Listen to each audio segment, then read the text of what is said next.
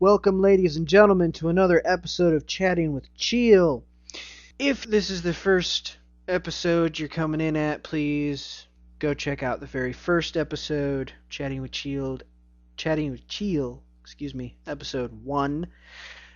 All-purpose disclaimer, mostly to just cover my butt if you disagree with me.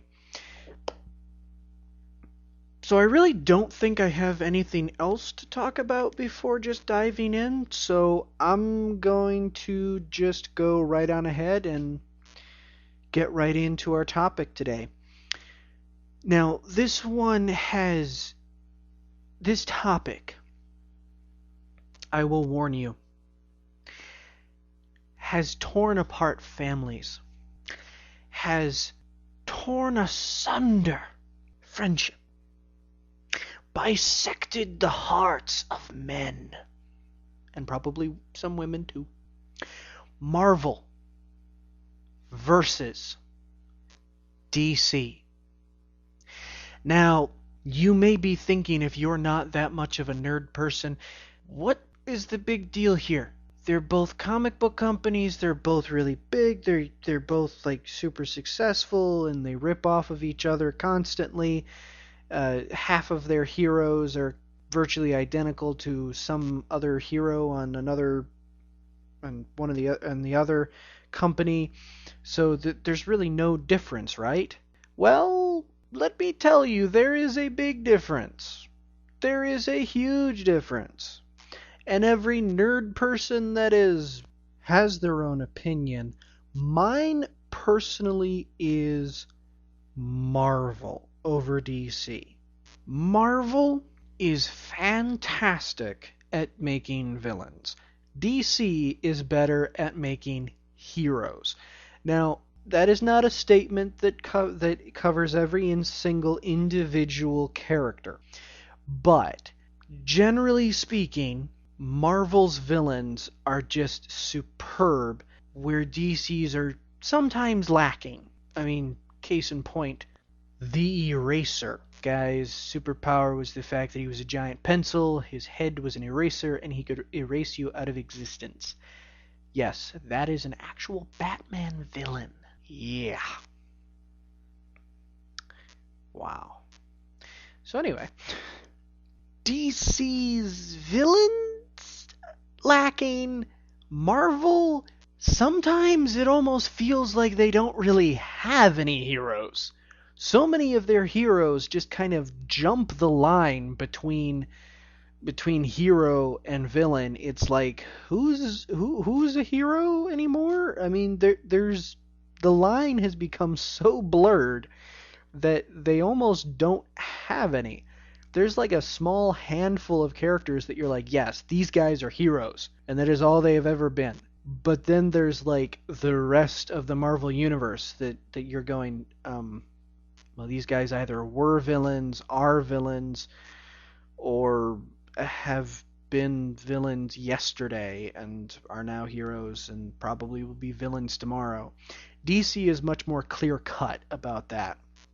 So they have these heroes that are like these shining knights. They're these big, kind of larger-than-life characters that are just these shining examples of humanity and all that is good in the world, like Superman and the Flash and Green Lantern. You know, these guys aren't doing what they're doing for some kind of agenda. No. They are the heroes because being heroes is what needs to be done, is what needs to happen. So they are the White Knights. Now, there is Batman. I will admit, Batman is kind of an exception to this general statement. So now looking at Marvel, we have characters like Gambit, Deadpool, Ghost Rider. I mean, these guys, they were villains at one time. They were heroes. Gambit has mostly stayed on the side of good, but there is a lot of times that he goes over to the dark side. He was the angel of death for a time, becoming Black Gambit in Apocalypse's Four Horsemen. He was the Angel of Death. Deadpool started out as kind of a villainish type anti-hero. He became more of a hero for a time, and then he went back to this anti-hero thing. And a couple of times you get the impression that he's more villain sometimes than he is hero, but he always seems to pull out of it, which I really love the character for. Ghost Rider, on the other hand, is one of those characters that you think he would be flip-flopping so much more than he is. I mean, throughout his run as a character, he has really only gone to the dark side a handful of times in comparison to so many other characters. I mean, Punisher, another Marvel anti-hero, is one of those characters that straddles the line between villain and hero so much that he's pretty much taken up residence on top of it. Unlike characters like Captain America or any of the Fantastic Four heroes, they pretty much have camped out on the side of good and haven't really moved at all. I mean, Reed Richards has done some pretty horrific stuff, unleashing, entire hordes of enemies upon the earth, but mostly that was in the name of scientific exploration and all accident. His heart's always been in the right place, and he's always been able to fix it. The concept of the hero and the concept of the villain. I have always been a fan of the quote from Dan Piatt, or Piatt. It's spelled Piatt, so pronounce that however you will. But anyway, according to Dan Piatt, a man's greatness can be measured by his enemies. Now, this has always been one of my favorite quotes, and basically what that means is you can measure best how great a hero is, how great a person is, by whom his enemies are. How bad are the people that he calls enemies, or that call him enemy. And Marvel tends to have these fantastically evil villains that you can't help but love. Characters like Magneto or Doctor Doom, on one hand, are most definitely evil and most definitely the villains. But Magneto is driven by what he has gone through in the concentration camps of Germany, because he's Jewish and he lived through World War II. So his ideas have been warped and shaped by that experience. Doctor Doom is doing what he does because he views the world as more or less against his nation of Latveria, and he is trying to protect his country. He is the ruler of his own country.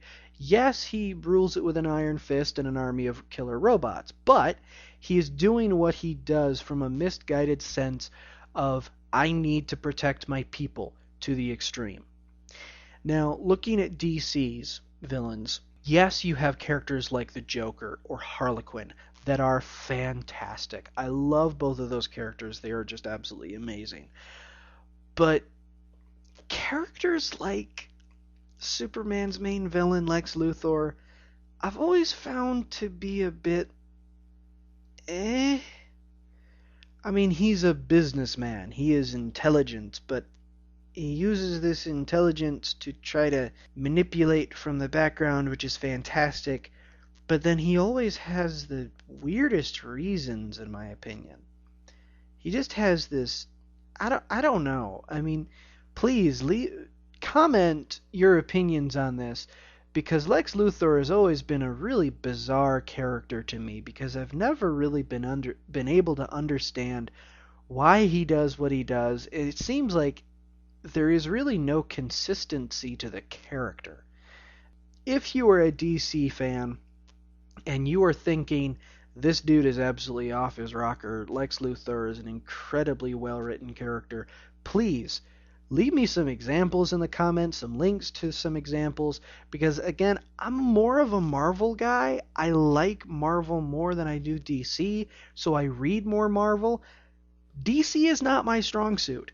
So if you completely disagree with that, DC does absolutely amazing villains and I am way off and I should probably be burned at the stake for suggesting that Marvel is better than DC, guess what? That is your opinion and I will support you if you try to display that in a intelligent manner.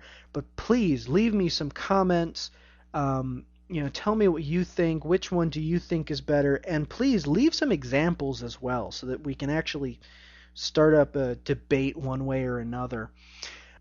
Please leave some comments if you have any suggestions for the next episode. Yes, I did see Reddened by the Sun and Jessica H. that you both wanted me to do Star Trek versus Star Wars.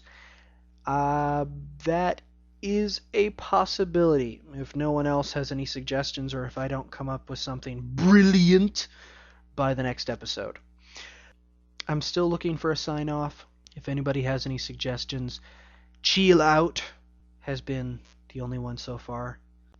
So, Cheal out.